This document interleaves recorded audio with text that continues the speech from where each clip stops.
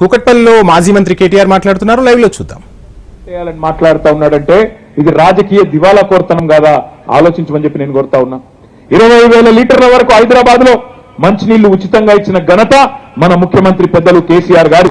ఇవాళ కృష్ణారావు గారు చెప్తున్నారు అట్లాంటి 20,000 లీటర్ల నీళ్ల పథకాన్ని కూడా నీరు గారుస్తూ మళ్ళీ ఇలా మంచినీళ్ళకు కూడా ఛార్జీలు వసూలు చేస్తున్నారు. ట్యాంకర్లు ఆల్రెడీ వస్తున్నాయి గల్లీలల్లా అని చెప్పి కృష్ణారావు గారు చెప్తా ఉన్నారు. అంటే పని చేసేటోళ్లకు పరిపాలించేటోళ్లకు సత్తా ఉంటే కరెంటు కోతలు ఉండయి, మంచినీళ్ళ బాధలు ఉండయి. హైదరాబాద్ కోసం బ్రహ్మాండంగా గత 10 ఏళ్లుగా పనిచేసి మనం ఒక బంగారు పల్లెంలో హైదరాబాద్ ను వాళ్ళకి అప్పచెప్పి పోయినాం. మరి వాళ్ళు నిలుపుకుంటారా, దాన్ని చెడగొడతారా, మనం జాగ్రత్తగా చూడవలసిన అవసరం ఉన్నది. రేపు పార్లమెంట్ ఎన్నికల్లో కూడా ఢిల్లీలో పార్లమెంట్ లో లోక్సభలో తెలంగాణ గురించి మాట్లాడేటోళ్ళు ఉంటేనే రేపు అక్కడ మనం ఎవరైనా పట్టించుకుంటారు. తెలంగాణ గురించి మాట్లాడాలి అంటే కాంగ్రెస్ కు బీజేపీ నోరు పెగలదు. ఎందుకంటే వాళ్ళ బాసులు ఢిల్లీలో గుజరాత్ లో ఉంటారు. వాళ్ళు ఉస్కో అంటే ఉస్కో, డిస్కో అంటే డిస్కో, అంతకంటే ఎక్కువ వాళ్ళతోనేం కాదు. అందుకే డూడు బసవన్న లాంటి ఎంపీలు కాదు, మన కోసం తెగించి కొట్లాడే ఎంపీలు ఉండాలి, మన గొంతు వినిపించే ఎంపీలు ఉండాలి. మన గులాబీ జెండా కప్పుకొని బ్రహ్మాండంగా తెలంగాణ ప్రజల కోసం, తెలంగాణ ప్రయోజనాల కోసం గొంతు విప్పి అక్కడ అవసరమైతే గల్లాబట్టి అడిగే ఎంపీలు ఉండాలి తప్ప మనం మళ్ళొక్కసారి కేవలం తల ఊపే ఎంపీలను గెలిపిస్తే లాభం లేదు. నేను మీ అందరినీ ప్రార్థిస్తా ఉన్నా, మీరు చాలా తెలివిగా మల్కాజ్గిరి పార్లమెంట్ పరిధిలో 7 శాసనసభ నియోజకవర్గాలుంటే 7 ఈ గులాబీ జెండాను ఎగిరేసింది మీరు. మీ ఆశీర్వాదంతోనే ఇవాళ ఈ వేదిక మీద మేమున్నాం. రేపు పార్లమెంట్ లో కూడా తప్పకుండా తెలంగాణ వాణి వినిపించాలంటే, తెలంగాణ గలం ఉండాలంటే, తెలంగాణ దళం ఉండాలంటే అది కేవలం కేసీఆర్ గారి బృందంతో, ఈ గులాబీ జెండాతో అయితే తప్ప వేరే వాళ్ళతో కాదు. అందుకే మిమ్మల్ని అందరినీ ప్రార్థిస్తా ఉన్నాం. మీ ఆశీర్వాదంతోనే ఇక్కడి దాకా వచ్చినాం. భవిష్యత్తులో కూడా మీకు అండగా ఉంటాం.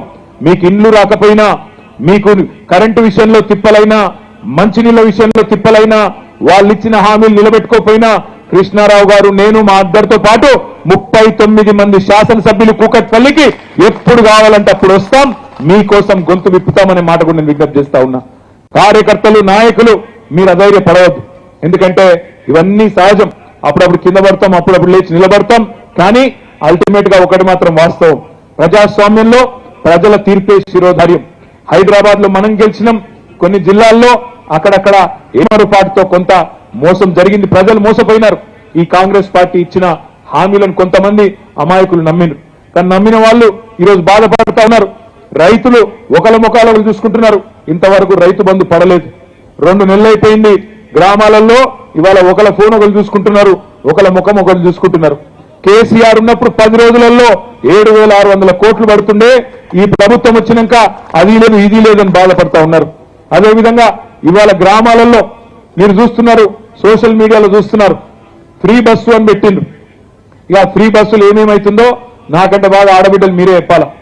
అందులోకెళ్ళి పాపం ఆ బస్సులెక్కేందుకు డ్రైవర్ సీట్లకెళ్ళి ఎక్కుతుండ్రు, బస్సులకు కిటికీలకెళ్ళి ఎక్కుతుండ్రు, జుట్లు పట్టి కొట్టుకుంటున్నారు. మొన్న ఒక దగ్గరనైతే ఆయన చెప్పులు తీసి కూడా కొట్టుకున్నారు. ఈ అవస్థ వచ్చింది ఇవాళ ఫ్రీ బస్సుతోని. ఈ అవస్థ ఒకవైపు, మరొక వైపు 6.5 లక్షల మంది ఆటో డ్రైవర్లు మా కడుపు మీద దన్నింది పథకం అని వాళ్ళు ఏడుస్తా ఉన్నారు. ఇటేమో ఆడబిడ్డలు కోపానికి వస్తున్నారు, టికెట్లు కొనుక్కున్న మగవాళ్ళు కోపానికి వస్తున్నారు, మాకు సీట్లు దొరుకుతలేవని బయట ఉన్న ఆటో డ్రైవర్లు వాళ్ళు బాధపడతా ఉన్నారంటే అనాలోచితంగా పథకాలు పెడితే, ఆగమాగం చేస్తే కార్యక్రమాలు ఎట్లుంటాయో ఒక ప్రణాళిక లేకుండా, ఒక ఆలోచన లేకుండా.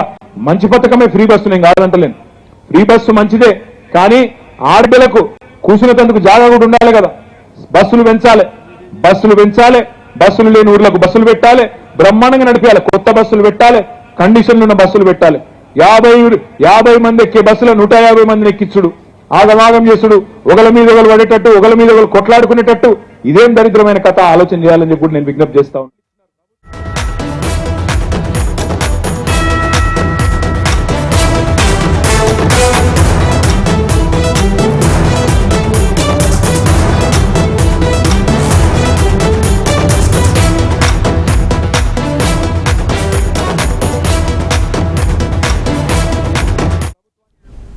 బ్రేకింగ్ చూస్తున్నాం. బీజేపీని ఆపగలిగే శక్తి కేవలం బలమైన ప్రాంతీయ రాజకీయ శక్తులకే ఉందన్నారు బీఆర్ఎస్ వర్కింగ్ ప్రెసిడెంట్ కేటీఆర్.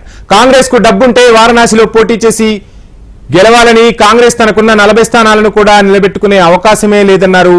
ఇక డబ్బుతో రాజకీయాలు ఏ పార్టీలు చేయకూడదన్నారు. కాంగ్రెస్ దమ్ముంటే అక్కడ గెలిచి చూపించాలన్నారు. కాంగ్రెస్ పై మమత వ్యాఖ్యలతో ఏకీభవిస్తోనన్న కేటీఆర్ కాంగ్రెస్ వ్యవహార శైలి వల్లే ఇండియా కూటమి చెల్లా చెదురవుతోందన్నారు. గుజరాత్, యూపీ, రాజస్థాన్ రాష్ట్రాల్లో బీజేపీతో నేరుగా పోటీ పడాల్సి ఉన్న కాంగ్రెస్ ఆ రాష్ట్రాలను వదిలిపెట్టి ఇతర రాష్ట్రాల్లో ఇతర పార్టీలతో పోటీ పడుతోందని ఎద్దేవా చేశారు. దీంతో బీజేపీకే లాభం చేకూరుతోందన్నారు కేటీఆర్. ఇండియా కూటమిలోని పార్టీల గెలుపు అవకాశాలను దెబ్బతీసేలా కాంగ్రెస్ వ్యవహరిస్తోందన్నారు కేటీఆర్. నిజానికి బీజేపీని ఆపగలిగే శక్తి కేవలం బలమైన ప్రాంతీయ రాజకీయ శక్తులకే ఉందని, మమతా బెనర్జీ, కేజ్రీవాల్, స్టాలిన్, కేసీఆర్ వంటి బలమైన నాయకులే బీజేపీని అడ్డుకోగలరని కేటీఆర్ ట్వీట్ చేశారు.